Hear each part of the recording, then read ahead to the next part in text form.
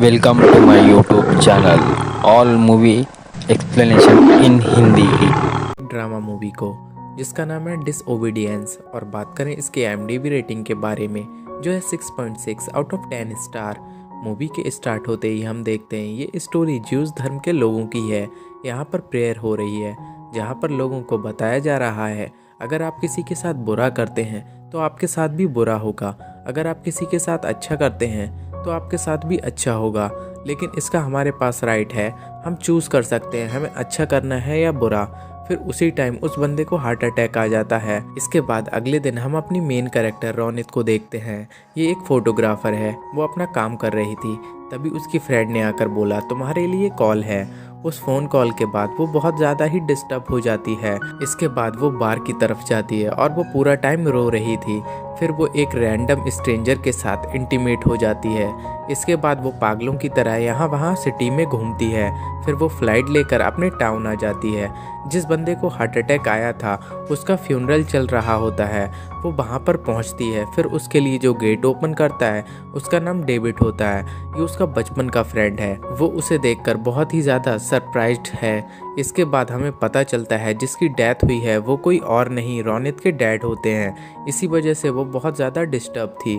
Funeral पर आने के बाद उसके लिए सब लोग स्ट्रेंजर होते हैं। डेविड भी रोनित को एक्सपेक्ट नहीं कर रहा था कि वो यहाँ आएगी। एक्चुअल में वो घर से भाग गई थी। उसने अपनी फैमिली के साथ कोई भी कांटेक्ट नहीं रखा था। काफ़ी सालों के बाद वो घर आई है। इसके बाद वो अपने अंकल से मिलती है जिनके बीच में बहुत ही टेंशन है। डेविड रोनित को कॉफ़ी पिलाने के लिए ऊपर लेकर आता है।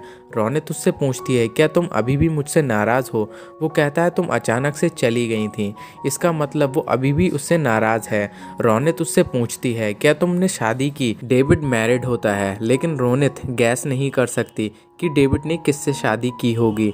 इसी फ्यूनरल पर डेविड और रोनित की बहुत ही अच्छी बेस्ट फ्रेंड स्टी भी थी। डेविड स्टी से पूछता है क्या रोनित हमारे साथ रह सकती है। ये सुनकर रोनित को शौक लगता है। उसने फिगर आउट कर लिया डेविड ने स्टी के साथ शादी की है। स्टी के जाने के बाद रोनित डेविड से पूछती है तुमने इससे शादी की है। डेविड कहता है तुम चली गई थी, हम ही दोनों बचे हुए थे। डेविड से रोनित भी नाराज़ होती है क्योंकि उसके डैड की तबीयत खराब थी और डेविड ने उसे कुछ भी नहीं बताया था। फ्यूनरल के बाद इनका एक और इवेंट होता है, वो सही से हो जाए इसलिए डेविड रोनित से कहता है तुम यहाँ पर हंगामा खड़ा मत करना। इसके बाद रात में स्टी रोनित को रूम देती है। रोनित स्टी से पूछती है तुम्हें क्या लगता है मुझे यहाँ रहना चाहिए। स्टी कहती है ये तुम्हारी चॉइस है। स्टी ये कहकर वहाँ से चली जाती है। फिर वहाँ पर डेविड आता है। तब रोनित न्यूज़पेपर देख रही थी। उस न्यूज़पेपर में रोनित के फादर की डेथ की न्यूज़ थी जिसमें लिखा था उनकी कोई भी औलाद नहीं थी। उस न्यूज़पेपर में रोनित का कोई भी मेंशन नहीं था जिसकी वजह से वो अपसेट हो गई। डेविड उसे समझाता है कि उस रिपोर्टर को कुछ पता नहीं होगा। रोनित कहती है कभी कभी मुझे लगता है मेरे डैड के जो फॉलोअर थे तो मेरे डैड मुझसे ज़्यादा उनसे प्यार करते थे, लेकिन वो ये समझ नहीं पा रही थी कि उसने भी कभी अपने फादर से प्यार नहीं किया। इसके बाद वो डेविड और स्टी से पूछती है क्या तुम दोनों हैप्पी हो। वो कहते हैं हम दोनों खुश हैं। रोनित के आने की वजह से स्टी इनसिक्योर हो गई थी। फिर बेड पर वो डेविड को किस कर लेती है। अगले दिन रोनित जब उस इवेंट पर गई तब वहाँ पहले से उसके डैड के फॉलोअर थे। अगले सीन में हमें पता चलता है स्टी एक टीचर है। डेविड भी रोनित के फादर की तरह बनने वाला है। फिर उसके कलीग उससे पूछते हैं रोनित तुम्हारे साथ रह रही है, इससे कोई प्रॉब्लम तो नहीं आएगा। डेविड उन्हें मेक श्योर कराता है उसकी वजह से कोई भी प्रॉब्लम नहीं होने वाला। उनकी ही रिलीजियस बुक में लिखा हुआ था कपल को फ्राइडे के दिन इंटीमेट होना है। उसी तरीके से स्टी और डेविड फ्राइडे को ही इंटीमेट होते हैं। एक रात रोनित की फैमिली स्टी और डेविड एक साथ डिनर कर रहे थे। यहाँ पर रोनित की एक आंटी बात करती है उसकी बेटी को कितने बेटे हैं। वो लोग रोनित से कहते हैं तुम्हें भी शादी कर लेनी चाहिए। रोनित का इन सब चीज़ों में फोकस नहीं था, यही रीज़न था वो घर से बाहर चली गई थी। अगर इस कम्युनिटी में रहती तो ज़बरदस्ती उसकी भी शादी करवा दी जाती और वो ये नहीं चाहती। यहीं पर हमें पता चलता है डेविड एक अनाथ था। रोनित के फादर उसे लेकर आए थे और अपनी कम्युनिटी में जगह दी और उसे अच्छे से बड़ा किया। इसी वजह से जब रोनित के फादर ने उसे स्टी से शादी करने के लिए कहा तो उसने कर ली। इस डिनर पर सब लोग रोनित को बहुत ही डिस्टर्ब कर रहे थे, इसी वजह से वो बाहर चली आती है।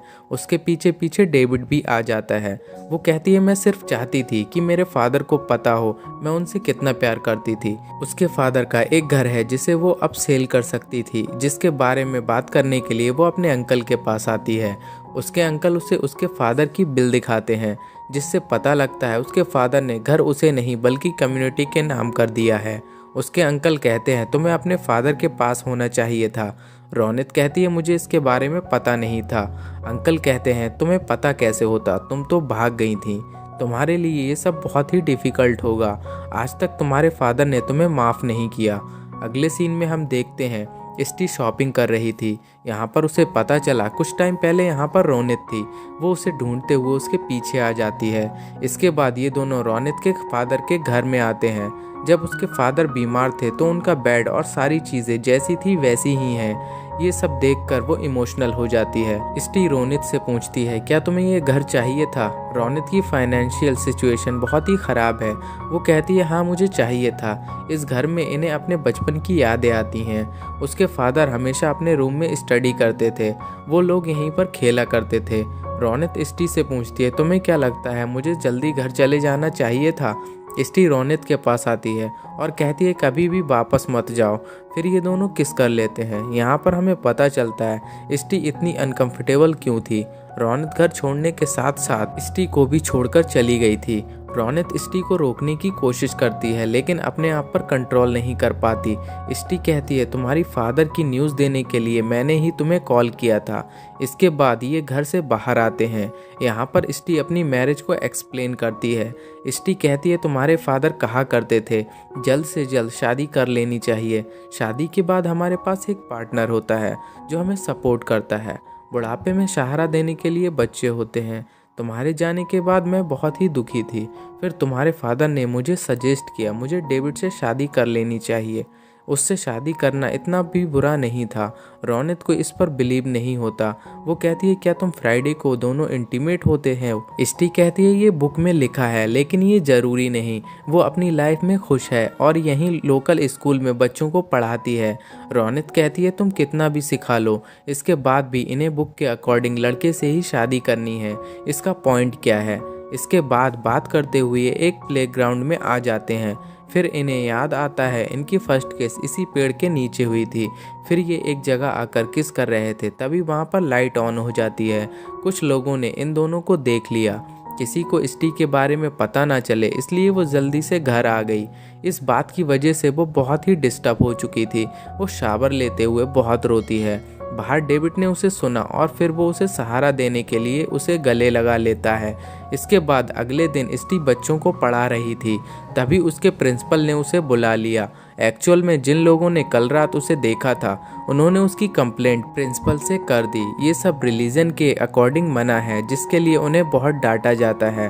स्कूल खत्म होने के बाद इष्टि जब बाहर आती है वहाँ पर रौनक खड़ी हुई थी।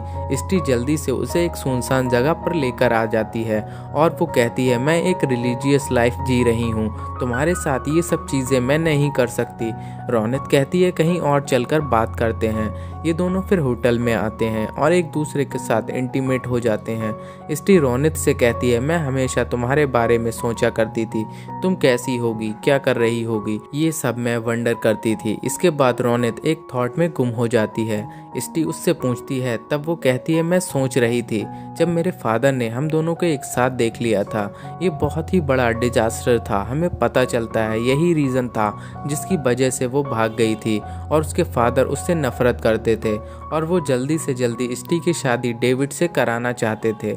वो इन सारी चीज़ों के खिलाफ थे, इसी वजह से रौनक को घर छोड़ना पड़ा था। इष्टि जब घर पर आती है तब डेविड उसके साथ इंटीमेट होना चाहता था। इस बात से वो बहुत ही डिस्टर्ब थी। वो बाथरूम में जाकर उल्टी करती है। उसे पता चलता है वो प्रेग्नेंट है। अगले दिन ब्रेकफास्ट पर इष्टि डेविड से कहती है मैंने रौनक को किस किया।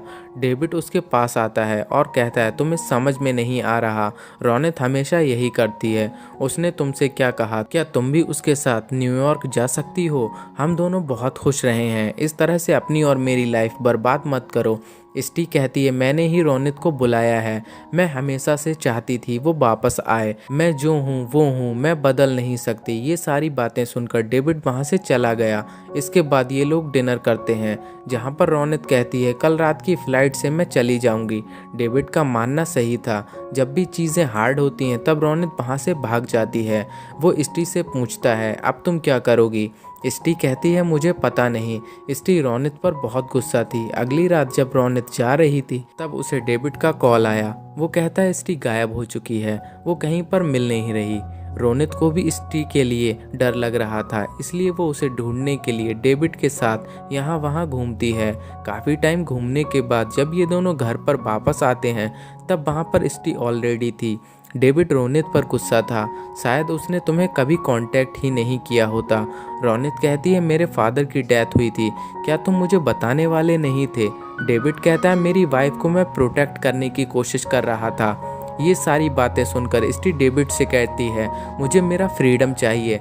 डेविड उसे सॉरी कहता है। स्टी कहती है मैं प्रेग्नेंट हूँ, मेरे पास बचपन से कोई भी चॉइस नहीं थी। जो भी रिलीजन में था वो मुझे मानना पड़ा। इन सब के बीच में मैं मेरे चाइल्ड को नहीं लाना चाहती। उसे इस रीज़न को चूज़ करने का ऑप्शन होना चाहिए। डेविड को ये मानना नहीं था, इसलिए वो वहाँ से चला गया। आज रात फिर से एक इवेंट था जिसमें रौनक और स्टी भी आते हैं। स्पीच में डेविड कहता है जब रौनक के फादर की डेथ हुई तब उनके फाइनल वर्ड्स फ्रीडम के बारे में बात कर रहे थे। उन्होंने कहा था हम चूज़ करने के लिए फ्री हैं, हम सब लोग फ्री हैं, इसलिए मैं चूज़ करता हूँ। मैं रौनक के फादर की तरह नहीं बनने वाला। उसने इस ऑनर को ठुकरा दिया। यहाँ पर उसने एक्सेप्ट कर लिया था। स्टी भी चूज़ कर सकती है। इसके बाद जब ये लोग बाहर आए तब स्टी ने डेविड को हक किया। रौनक भी ये देख रही थी। ये लोग उसे भी इनवाइट करते हैं। ये तीनों एक दूसरे को सहारा देते हैं। अगली सुबह रौनक यहाँ से जा रही थी और हम देख सकते हैं स्टी और डेविड अलग अलग सो रहे हैं। रौनक कार में बैठ जाती है, स्टी उसके पीछे भागते हुए आती है।